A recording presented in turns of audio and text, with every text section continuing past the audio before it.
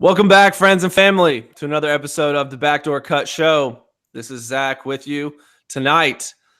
It is Monday evening, yeah. And I got with me Mason and Rich. How are you guys doing? What a time to be alive, baby. Great time to be in Memphis. Just had barbecue fest, had music fest, and Grizz. We won the draft lottery in my eyes. We got number 2, and the Tigers are rolling on the recruiting trail, so things are looking good. That's why we back today. It's all rainbows and sunshine. Oh yeah. I'm gonna just say shit's lit. Shit is lit right now. That's it. I'm doing great. I'm wonderful. I'm stupendous. I'm amazing. I'm marveled at how great I'm feeling. I find it funny that you can be like so excited when like no actual games have been played. Nothing's like thanks, Zach. No, I'm not saying like you, but I'm saying like that's how I feel too. I'm not gonna lie. Hell yeah. Fuck, it's been a long time, man. A long ass time. You know, Tubby was here, dog. Oh, I'm aware of that. And that's kind of a testament to how the games for both teams have gone the past couple of years. Those have been tough to watch. So let's take them through what happened. The draft lottery, we go in there and we're our best outcome is to convey the pick. Like it's 50-something% that we get not below 8 or above 8, however you want to look at it. And then once we get through, they're counting down the numbers on TV. We get through number 9 and we ain't there. So then it's like, wait a second, we either pick 8 or we jump to the top 4.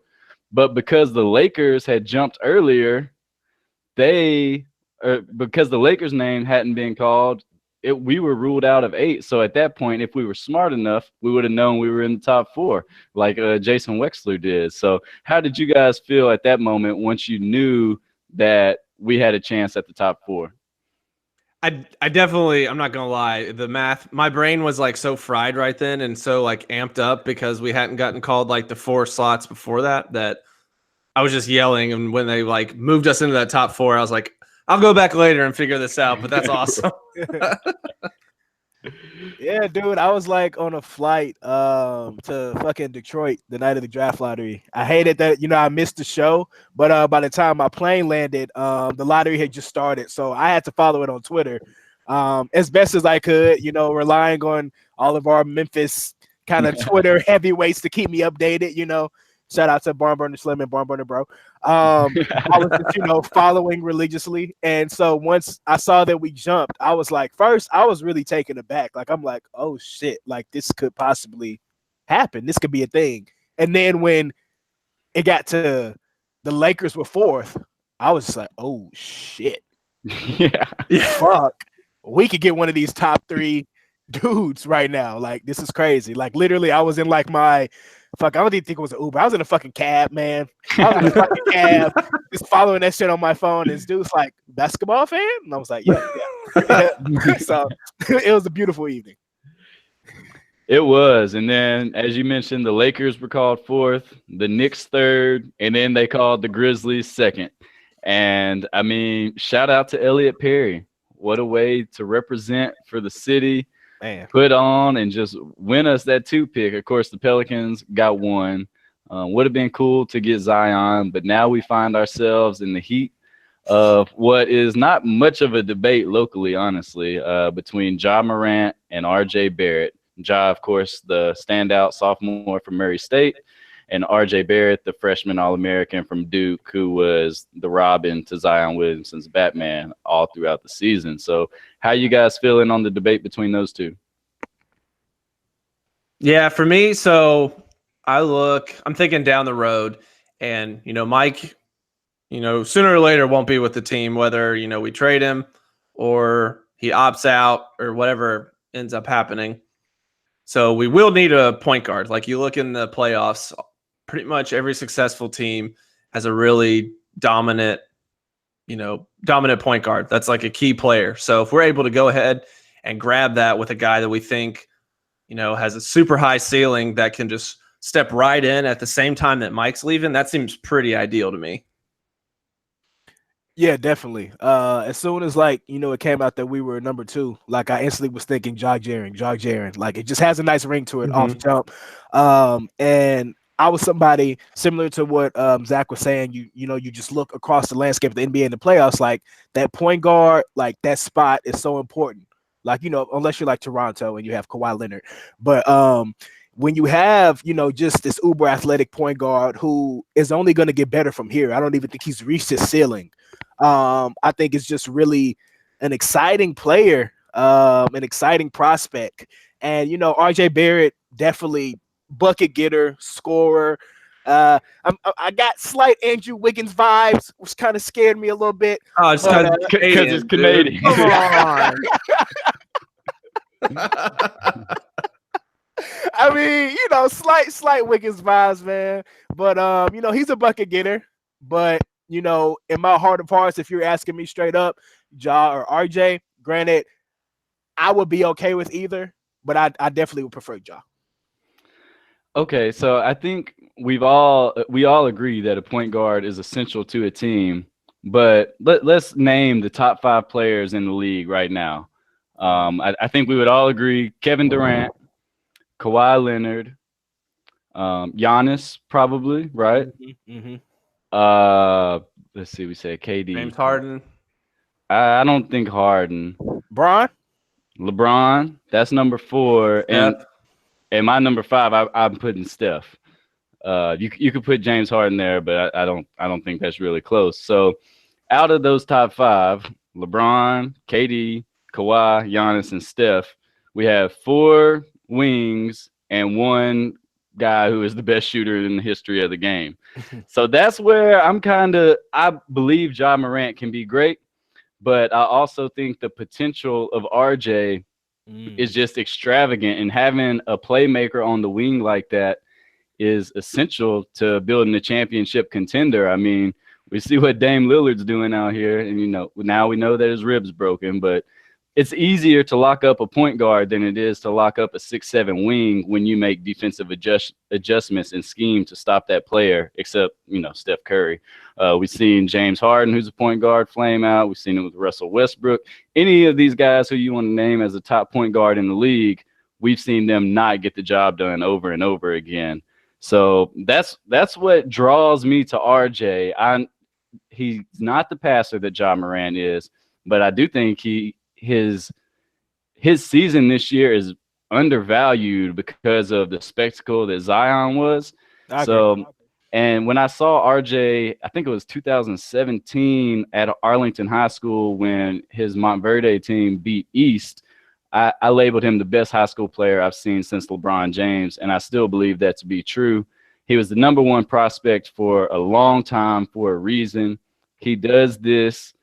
I'm a believer in RJ Barrett, and I'd be okay with Ja Morant even saying that about RJ, but I think it's just going to be tough to pass on him, and I wouldn't be surprised if you see the Grizzlies kind of take a harder look and maybe take a step back from that stance that Gavoni reported that Morant was the clear-cut guy.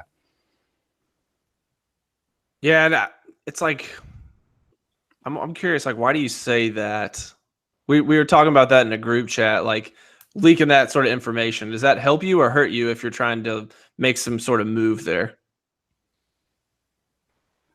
I don't really feel that it does anything, like I don't see a benefit, and I guess it could hurt you a little bit, but I don't really feel like there was any reason to do that. Unless it was just they talked to Ja, like they interviewed him, and then Ja's people told, Draft Express, ESPN, whoever, like, yeah, they were really feeling this. They said that they're going to take us for sure, and that's how it got out, which could be the case. So any thoughts on? I didn't convince y'all on RJ with that. I mean, I'm not gonna lie, Slim. Like, you just really made a very compelling argument. Like, similar to like you said, the Grizzlies might want to take a step back and take a second look at things. I'm intrigued. Like, when you label, the top guys in the league right now, and we say, like, how long we've talked about the Grizzlies lacking a wing scorer, a shot creator since, like, the Rudy Gay days. RJ Barrett was the number 1 player in the country for a reason. And I also do feel like just playing alongside Zion, his season was undervalued. Like, this dude was averaging 20 a game at Duke in the ACC, which, shouldn't be taken lightly. So yeah, man. I mean, I'm glad I'm not in that fucking war room. The Grizz got a tough ass decision to make. Yeah, it's much better than who to pick at 8, though. Oh, yeah. Oh, fuck yeah. So that kind of leads into what I wanted to bring up next. The day after the lottery, I was listening to the Athletics Daily Ding. The Athletic has a podcast network now, and it's pretty good. But they labeled it a disappointing night for the Grizzlies because we jumped to 2 instead of conveying the pick. And Get I was out like, of here. no, this is the best thing that could have happened to this Fuck outta franchise. here. Like, it helps us avoid being mediocre for the next 10, 15 years and allows us to expedite this rebuild and put 2 really talented players together, trade Mike for some valuable assets, hopefully another player around that same age. And, you know, I really think it's the best thing that could have happened for Zach Kleiman and Jason Wexler to start off their tenure. You know, it's like you got a free shot at 2 potentially great players in Jaren and whoever you draft this year, and an opportunity to gain some assets when you get rid of Mike. So kudos to them, man. Whatever synagogue they go to in Memphis is doing shit right. Like, it must not be no dirty synagogue. Like, it must be clean as a whistle out there. Yeah, I agree. Sorry, I blanked out right there. I forgot what I was going to say. But yeah, how is that a bad thing? Like, the ability to immediately add some young talent alongside Jaren inexpensively for a potentially like really long time. I mean, that's ideal. Facts. That's like what you need to do.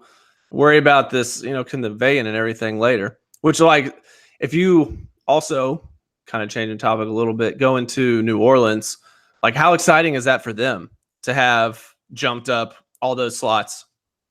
And so I would assume AD still trade him. You still want to get what you can for him. But if you think you're going to have Zion plus whatever else they're going to get back from AD, like, that's pretty good, like 3 to 4 year rebuild plan, I think, or it could be down the road. Yeah, potentially Zion and RJ, who you know, weren't bad together. If they trade the 3rd pick to the Knicks. Sure. Yeah, so that seems like pretty exciting for them, and I enjoy the fact that it's a couple smaller market teams, even though we'll have to play them a whole bunch. But honestly, I'd rather just watch like really good basketball players in person a lot. I mean, that's kind of how I am. Yeah, I mean, if the Grizzlies are going to have a good team, that means they got to beat good teams. So yeah, I'm part of it. Now you got the big markets just going through shit. You got the Knicks banking on free agency. You got Magic Johnson unloading. He's just pouring his heart out on First Take. He's pouring his fucking heart out. I was like, literally, my pops called me, man. I'm like, is this shit really happening? Like, he's just going on national TV dry snitching. Like, damn, bro. What about the pettiness to do it hours before the Lakers introduced Frank Vogel? No, dude. And like, literally, you know, you got questions about that going on at the press conference, which one is like crazy. But then somebody like asked a question. I saw it was trending. They were like, literally in front of Frank Vogel to Rob Pelinka, like, you know, Rob, we know like Frank wasn't your first choice. You wanted Monty and Kai, and you know, you guys kind of had to settle on Frank.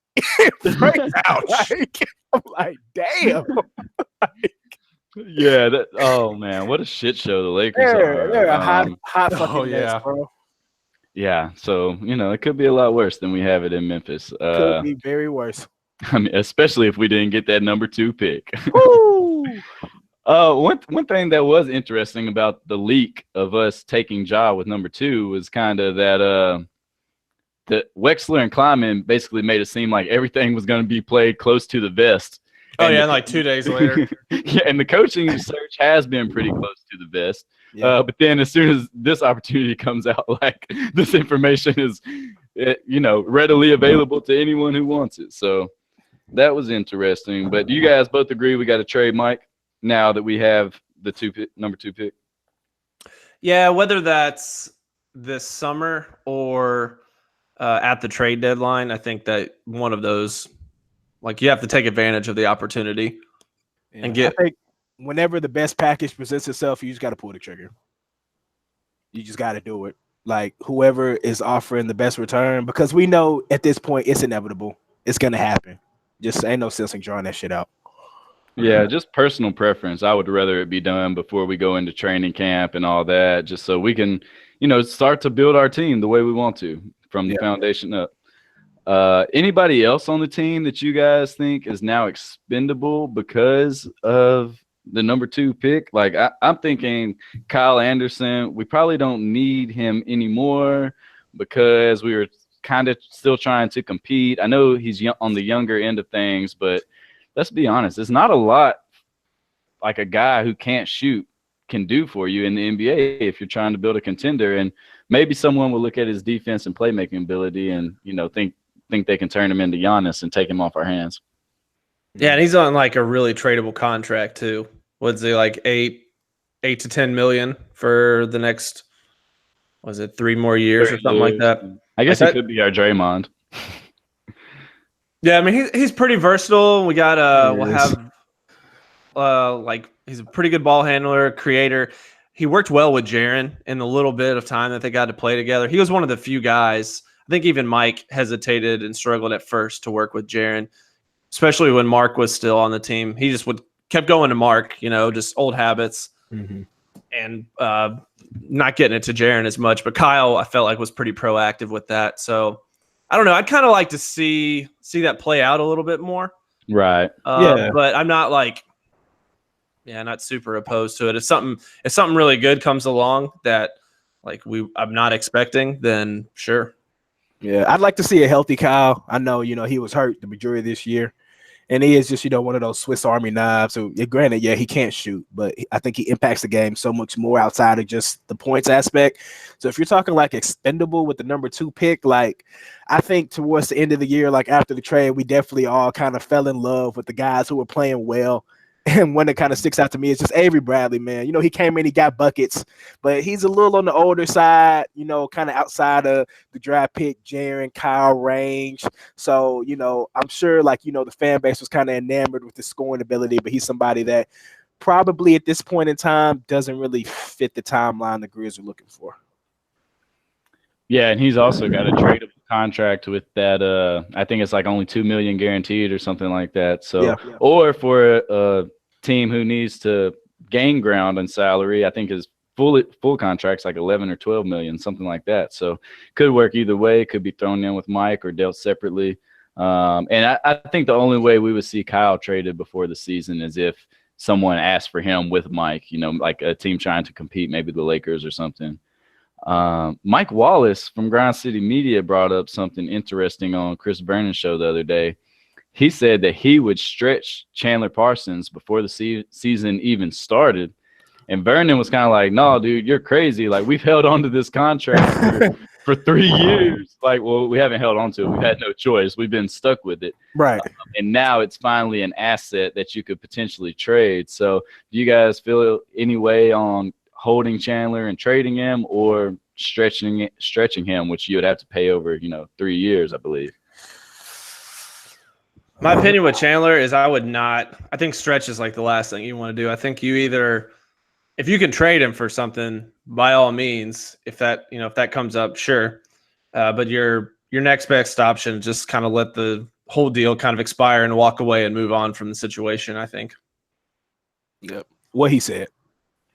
Yeah, and Mike Wallace's thing was kind of he framed it this way, you don't want Chandler Parsons even in training camp with these young guys, to maybe be a bad influence. Was the way he made it seem. Damn. So, and we have seen him dismissed from the team and then brought back under the previous regime. So who knows? That'll be an interesting thing to keep an eye on. Let's see. So we talked about players. What else? We don't have a coach. Coaching search.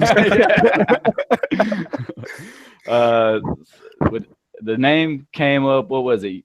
Over the weekend, the guy who used to coach the Phoenix Suns, Igor Koskov. Yeah. Yeah, I ain't trying to fuck with that, man. I just saw what you did in Phoenix. Yeah. They said today Tibbetts came out. I think the assistant. I saw that earlier. Yeah.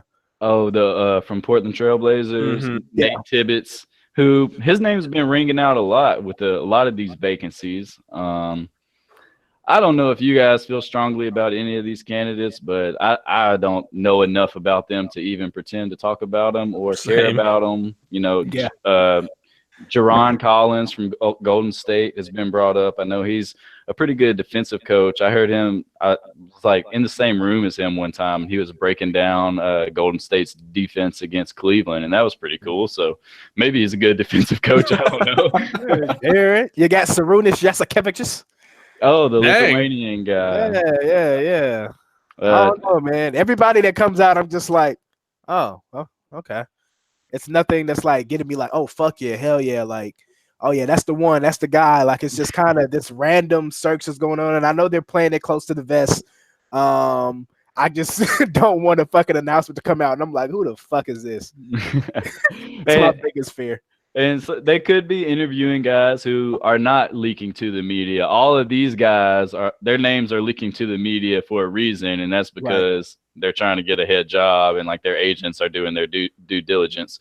And Wexler, to be fair, he was on Verno again and then a GP after the lottery, and he said that winning the lottery wouldn't affect the level of coaches that want to talk to them because they were already getting interviews with anyone they wanted to. So, good to hear. We'll see what happens with that. I don't have strong feelings on that either. Because we're the only vacancy left now, right? Yeah, we are until, I guess the Portland, I don't see them firing Terry Stotts, and then the Warriors aren't going to do anything with Kerr, and the two East teams are pretty set, I would imagine. So, yeah, looks like we're the only one. Wow. Anything else Grizz related y'all want to hit on before we dive into the talk of the town?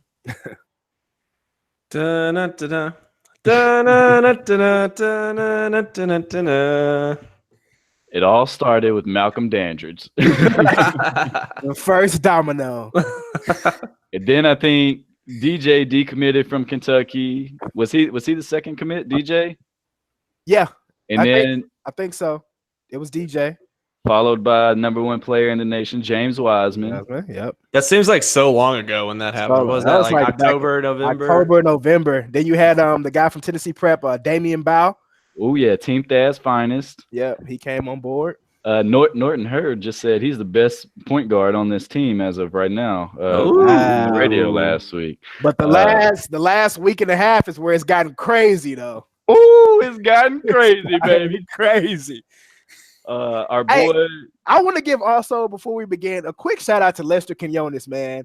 I can see just the way in which he builds relationships and communities. Like all these guys, he was like in their Instagram comments, showing love, tagging them in pics. Like he was out here recruiting, man. He was the fifth assistant. Like he was doing this thing, man. Shout out to Lester, dog. Well, you said before we begin, but I think that's beginning. Lester was the first out-of-state domino to fall. Zach, I know you've been keeping up with these guys. You got anything on Lester? I've seen, we hear a lot of like really good shooters, shot like 41%, something like that. I've seen a lot of Devin Booker comps. They're like kind of the same size, 6'5", 6'6". So because they light skin. Because they light skin. They're Canadians, actually. No, I'm just kidding. Let me tell you, I've watched some Lester highlights, and I don't see Devin Booker, but that would be fucking sweet. Well, these guys are all like Michael Jordan. You didn't know that? Yeah. That's all it goes. He just signed a bunch of young pennies. Dwayne Wade's, and we don't mean any disrespect to the first four Memphis guys. We just assume all of our listeners already know about you guys, and we're going to talk about these national guys. Yep. Yeah, so it's gonna be great to have more shooting on the team because Tyler's like pretty much the only guy, the only shooter who's coming back from last year's roster. Because you losing Davenport, Martin. Really wouldn't have that much shooting if you go back and look. Tyler led the team in threes made, not a super great percentage, but he wasn't bad. He hit the most. He hit the most threes, so it'll be great to have some more outside support. Which a couple of these guys can actually shoot. It's gonna just be different. Yeah, so I'm not gonna be used to this. It's gonna be awesome.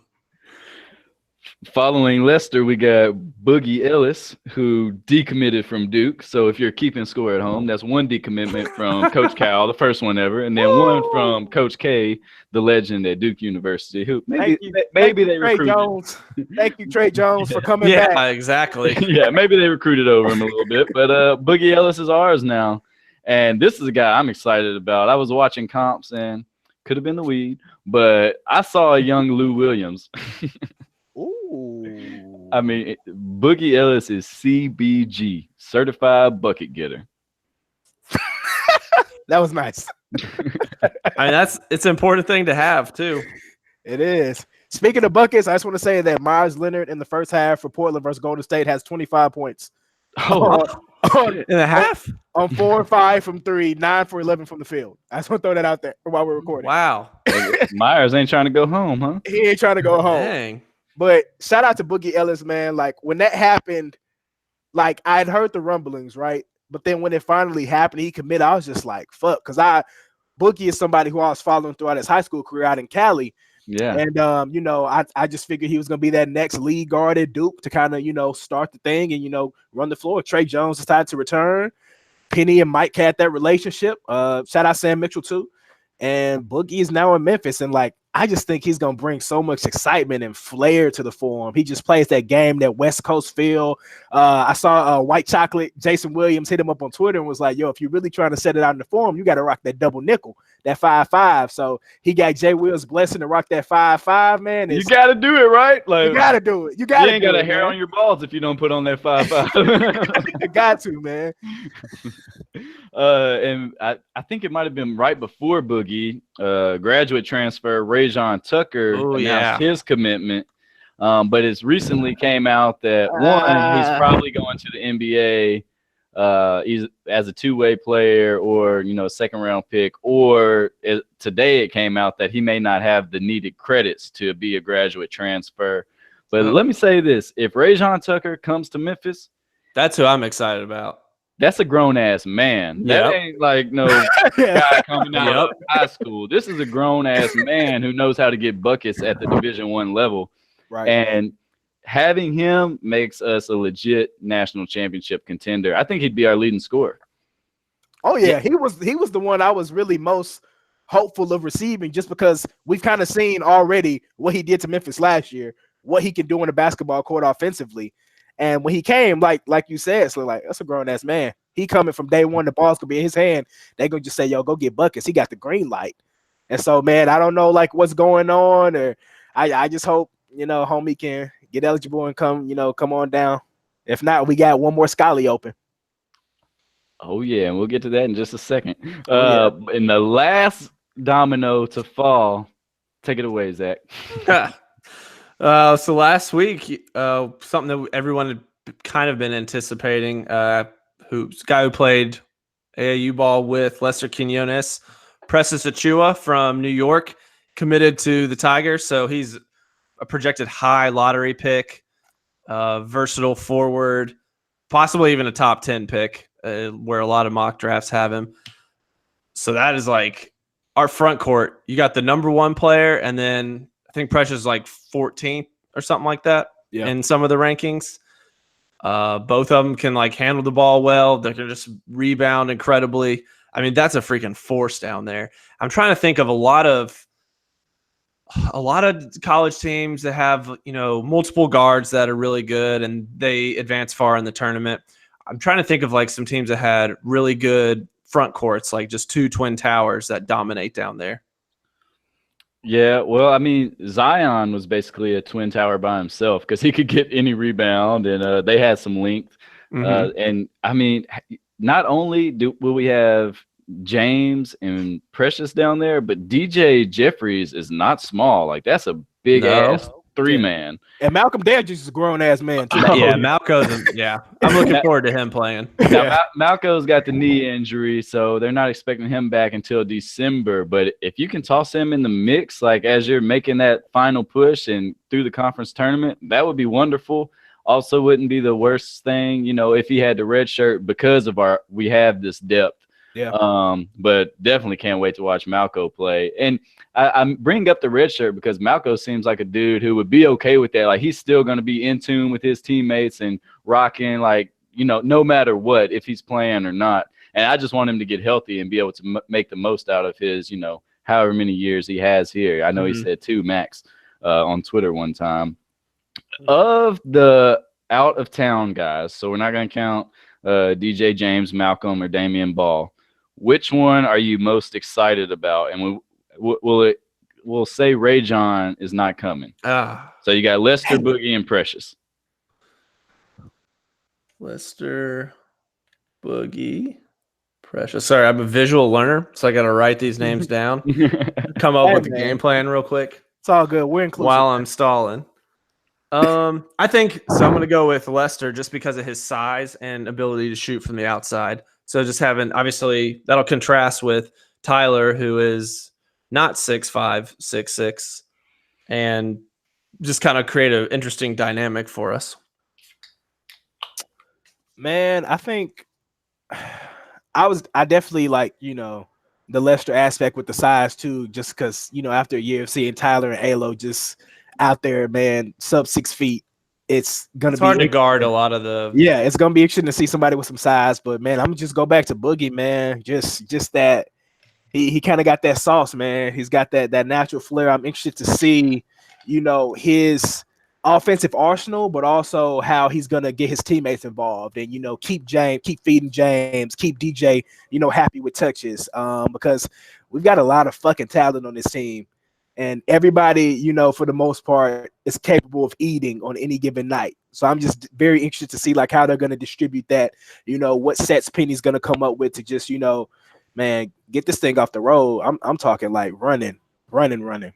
Yeah, and it's so funny because I think we all three are answering this honestly, and I'm most excited about Precious. Like, that dude can do it all. I saw him handling the ball. I saw him hitting jumpers, and he's a freak athlete. Like, so yeah. Jesus, we got so much talent next year. It's going to be ridiculous.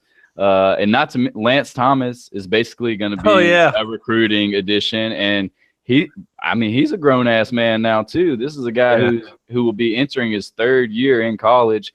He can shoot it outside. He can play down low. We got Isaiah Maurice as a backup big who, you either love him or you hate him, it seems like. Depends what game it is for sure. Is Ryan Boyce still on the roster? Yeah. You got Ryan Boyce, who ain't no slouch, like 6'6", can hop, can shoot it, really good athlete. And then you got Tyler Harris, who we mentioned, and Alo, who I think might come down to Alo and Damian Ball, to whichever one of them can figure out how to keep everyone happy. We might see them starting at point guard, despite the talent of Boogie. Especially now that we don't think Ray John's going to be here. I think Alex Lomax is going to really show what made him Mr. Basketball in the state of Tennessee with all this talent surrounding him. I think this is where he's going to thrive. And even though he's smaller and maybe can't guard those bigger guards, we have so much size literally everywhere else except for him and Tyler that you can hide him on a scrub. I mean, we play in the American Athletic Conference. There's a scrub on the floor at all times unless you're playing like 4 teams. So you got Alo starting at the 1. If we miss on RJ Hampton, I think Alo will be the starting point guard. Gotcha. Alo or Damian Ball, whichever one of them wins it. Okay. Because Ball he's got more size than Alo. But I kind of like Ball as the dog who you just come in and he picks up the second team point guard full court and just causes havoc and forces turnovers. Tyler Harris, you're not going to keep him off the court. Like, everyone is worried about how you're going to keep these guys happy. Listen, it's plenty of time for everyone to play when you're beating folks by 20, 25, 30 in the American Athletic Conference. Like, your numbers are going to look good. And then when you're playing good teams, like, it's who's got it tonight. Penny is an OG. Like, if he's not worried about hurting people's feelings. We saw that last year. He benched Tyler. He benched Alo. Like, he benched the seniors. He would bench anyone. So I'm just not worried about the minutes allocation that everyone else seems to be worried about. And maybe I'm in the minority on that. But how are you guys feeling about how we're going to distribute the minutes amongst all this talent? Man, look, I just trust Penny at the end of the day. Like he's somewhere that's been there and where everyone on this team is trying to get to.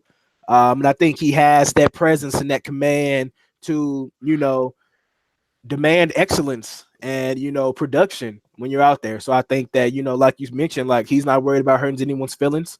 I think everyone kind of knows what they're getting themselves into. Like you see the memes circulating, you got all these high-ranked dudes coming together to, try to win a chip. And, that might mean, yeah, you're not playing 35, 36 minutes a night, you think of the phrase everybody eats, man. And like, that's hopefully what they're gunning for, man. Everybody eats, B. So, I'm just looking forward to seeing everybody kind of doing their thing out there. I think Penny got it. Yeah, I think it'll probably – I don't think we're going to see the same guys all the time. Like last year, Penny did have to try a lot of different lineups and spread his minutes out over different people. And, towards the end of the season, he had Memphis clicking pretty good. Obviously, Jeremiah was playing, insane. Yeah. But I think a lot of the credit has to go to with how Penny had things set up at that point. I mean, that was how our team was all modeled around him because he was a star at that point, and Penny was at least able to recognize that and move towards that. So you have to give him some credit for that. He didn't try to force something like from beginning to end of the year, no matter what, just to say, this is my way. He adapted to the personnel that he had on the team. So we can only assume that he'll be able to do that this time around. And something that even if someone doesn't play a whole bunch, I think back to Jaren. So he did not play much in college, 15 minutes or something like that. Yeah. Game. Something incredibly low. And he's still the fourth number all overall. Fourth overall pick. So if you're good, you're gonna get where you're going anyway at the next level, and people will recognize that whether you're playing 15 or 30 minutes a game. Yeah, Damn, I ain't gonna lie though, man. I'm a little sick about Rajon, dog. Yeah, that's gonna hurt, man. That's gonna hurt. But we're still in it with RJ Hampton, apparently. Yeah, Depends what site day. you read it from. Yeah, Rod Hampton loves Jason and John, so I mean, who doesn't? Right? Who doesn't? Yeah, but he's talking to Evan Daniels, and he's like, "Oh yeah, Kansas was real great. Definitely gonna go there. Texas Tech probably really high on our list. Really like Chris Beard."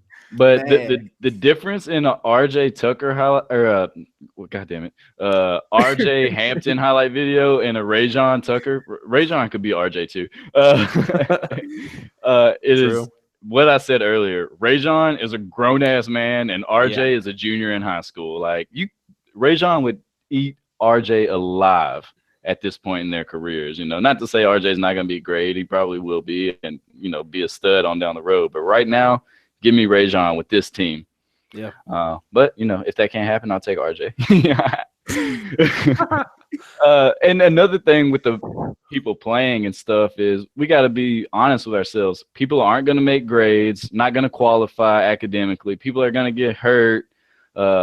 Somebody might transfer. Somebody might realize, man, I ain't built for this, and transfer. So these things are going to work themselves out, man. But it's just so great that Tiger basketball is fucking back. Dude, on ESPN, everywhere you turn, you just got tons of articles and content everywhere. Makes me smile. Hey, actually, you can find a lot of content on the-barnburner.com if you're into that sort of thing.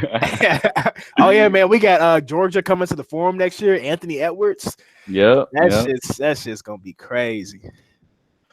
Yeah, I haven't even dove into the schedule. I know it's not as great as everyone, would like yet, but Penny is working on it. And we do got a trip to Thompson Bowling Arena where we can get some revenge on the balls, man. Ooh. I mean, balls, whatever they're called, the balls.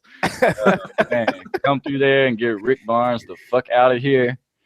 And man, that's gonna be fun. I think that's a must make trip if you can afford it as a Memphis fan. Hell yeah, man. And fuck Rick Barnes, man. He's the only dude that can come out and say, yeah, I mean, I was gonna go to UCLA if they would have given me more money. What a dick. You asshole. But I got Tennessee fans texting me talking about how Jordan Bone's about to be a late first round pick and because of his combine. And I'm like, man, he can jump high and he can run fast, but He's not that great at basketball. No, he's a random basketball player. Yeah, Yeah, no. man. Shout out to Jordan Bone, man. That's how Tony Allen be doing when he talks shit about someone. Oh, man, yeah. Tony's like, shout out to Asheem to beat, man. He's so fucking funny, man. That's the best podcast in America, man. It really Tuesdays is. with Tony. Our former airport representative. Oh yeah, Penny Hardaway, now the airport representative. Somehow he's going to be like the literal mayor of Memphis while coaching the team. That's going to happen in about 5 to 10 years, probably. For real. So we're all joking right now, and a dark thought came into my head. Are any of you guys worried about a potential downfall? So now we have these expectations, right? Like everybody's like, oh, national championship, Elite Eight minimum.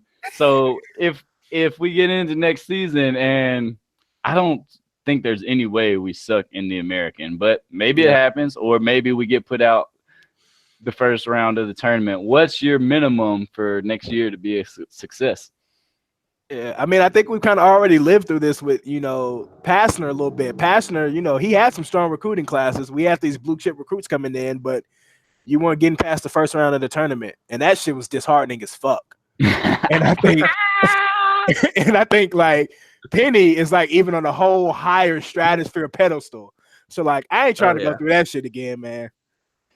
So you gonna be mad if we don't win the championship? No. I want to say I'll go Sweet 16. Sweet 16. Okay. Sweet 16. I'll take it one more level. I'll say Elite Eight with the talent that we have, based on some data I've looked at from recruiting classes and like kind of where they finished in the tournament. I think Elite Eight with this super exceptional class, because I think this might even be better than like most normal number one classes. Yeah. I think Elite Eight is where I would see us finishing up somewhere in there. I'm not one of the people that's like, if we don't win the title, then that's a failure, because I think that's kind of crazy to say. So much can happen in a tournament that like that's just super unfair to put on anyone. You could come out and Kyle Guy could just be like make 15 threes on you. So like, I mean, you can't hold that against him. Yeah. Or Fletcher McGee could not hit a three and you could get lucky as fucking win. My man was breaking. Fletcher McGee. It sounds like a name, like a fictional storybook, like a porn star or frat star. Right? And then shout out Aubrey Dawkins for missing the point blank layup after playing an amazing game. Like that shit hurt. Yeah. What about you, Mason? Where do you fall in your? I think I need to win a game in the tournament at minimum, and I need to finish top 2 in the conference regular season and or make the championship of the conference tournament.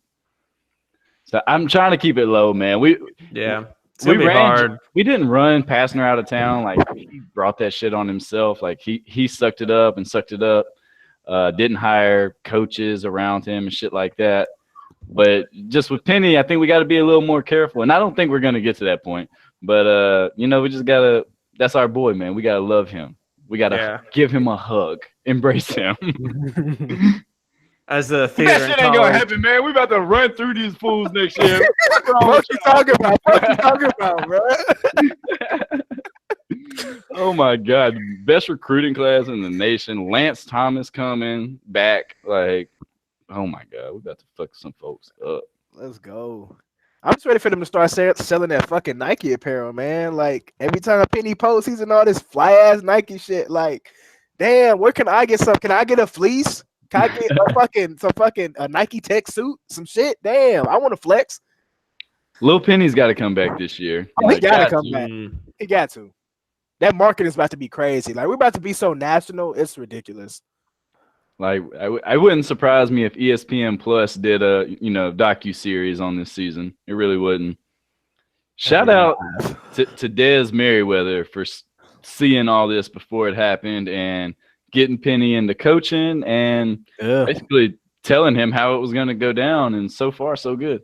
He saw it, man. Do it for Dez, man. Like, I don't know what our listeners believe in, or if you're religious, but if that doesn't make you believe in a higher power or some kind of good juju out there, like I don't know what can. Yeah, facts.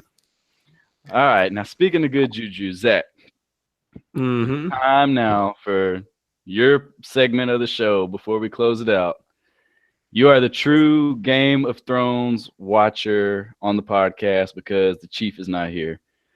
What was your take on the final season, the final episode, and how it all went down? So let's say final season started off like pretty slow. I thought it kind of more too like buddy with everyone just having a reunion, remembering how they'd wronged each other, and then being like, nah, it's okay. We're all about to die anyway. Whatever. It's all good. And then the vanquishing of the Night King. That was I didn't hate that. It was kind of like happened too soon. I didn't care for how that episode was filmed. The Battle of Winterfell. That was it was hard for me to see. I just like couldn't fully enjoy it, which was pretty frustrating. But I felt like the way they closed it out in the last. Did you know you could turn the brightness on your TV up? Yes, I'm aware of that technology trick that you can do. But I shouldn't have to. Just trolling. I know. And then, but I at least appreciated the way that Jon took out Dany. That of all the things that happened in the season, that was something that I could appreciate, that they at least did that justice. Now, Bran isn't on the throne. That's just, I was like, all right, whatever. At that point, I was like, yeah, this doesn't matter. We'll just, whatever happens. Tyrion trying to like bring democracy to the Seven Realms. Also, if Sansa can just say, Winterfell, we're going to be by ourselves and just be ruled independently, what's to say the other 6 realms wouldn't want to do that? I feel like everyone would be like, oh, yeah, that's an option. Screw this democracy king deal. We'll just have our own kingdom. So that some confusing things at the end for me. But I go ahead. I'm feeling some confliction in your heart. So are you happy with how the series ended? No, I wanted there to be like, I almost wanted like was not like a conflicting character to be on the throne. Like I wanted Cersei to win. Like I felt like that was how it was going to end if it was to go with the flavor of the entire show. Was that like something that you would kind of be upset about and then kind of sad at the end? But it didn't really happen. It's more just like confusion, kind of. It left you with like a little bit of feel good, but no real substance, I didn't think. Damn. And that's like over forever. Forever. Well, until they like make all these spin-offs. But well, you know who's not going to let you down? Penny Hardaway. Yes. I would continue this Thrones talk, but I've only watched like the last 4 episodes. I didn't watch any of I tried to watch some of the previous episodes, so all of my input is really invalid. The ending, I thought that shit was pretty boring, man. I was trying to see some bloodshed. I wanted to see some people killed. Like you said, some conflict, but they played it nice and kind of everybody went about their way. And I mean, it's got to end. But yeah, I want to see some motherfuckers die. Yeah, I thought like the Hound Mountain battle, like that was cool. a lot of fan service there. So some things, happened. I was like, okay, that needed to happen. Thanks for doing that. But I was really hoping that they would make a tough decision at the end and do something crazy for who ended up on the throne. Well, I guess it is crazy, but while I've got you down in the dumps, how you feeling about your Cardinals, man? It's going not super great right now, but blew a lead yesterday. Petty as hell. How are the Braves? Are they like taking off or something? No, we're just doing better than y'all. We're not 2-9 in our last 11 or whatever y'all are. So we're doing pretty well. We're 25. We're like 500. What's the deal? Yeah, I mean, I think our records are about the same. We just been on a winning streak. Y'all have been on a losing streak.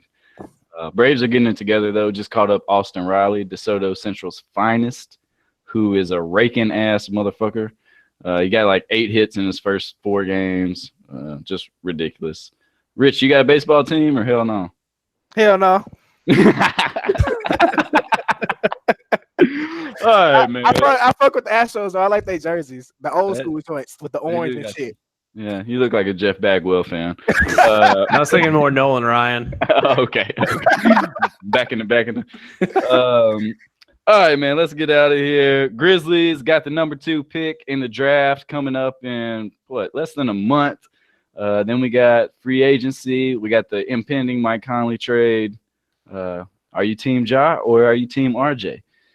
Then the Tigers got the number 1 recruiting class, and Penny has taken the nation by storm, just like everyone in Memphis knew he would. Not really. I'm Slim, man. I'll holler at y'all. I'm out. See ya. Peace.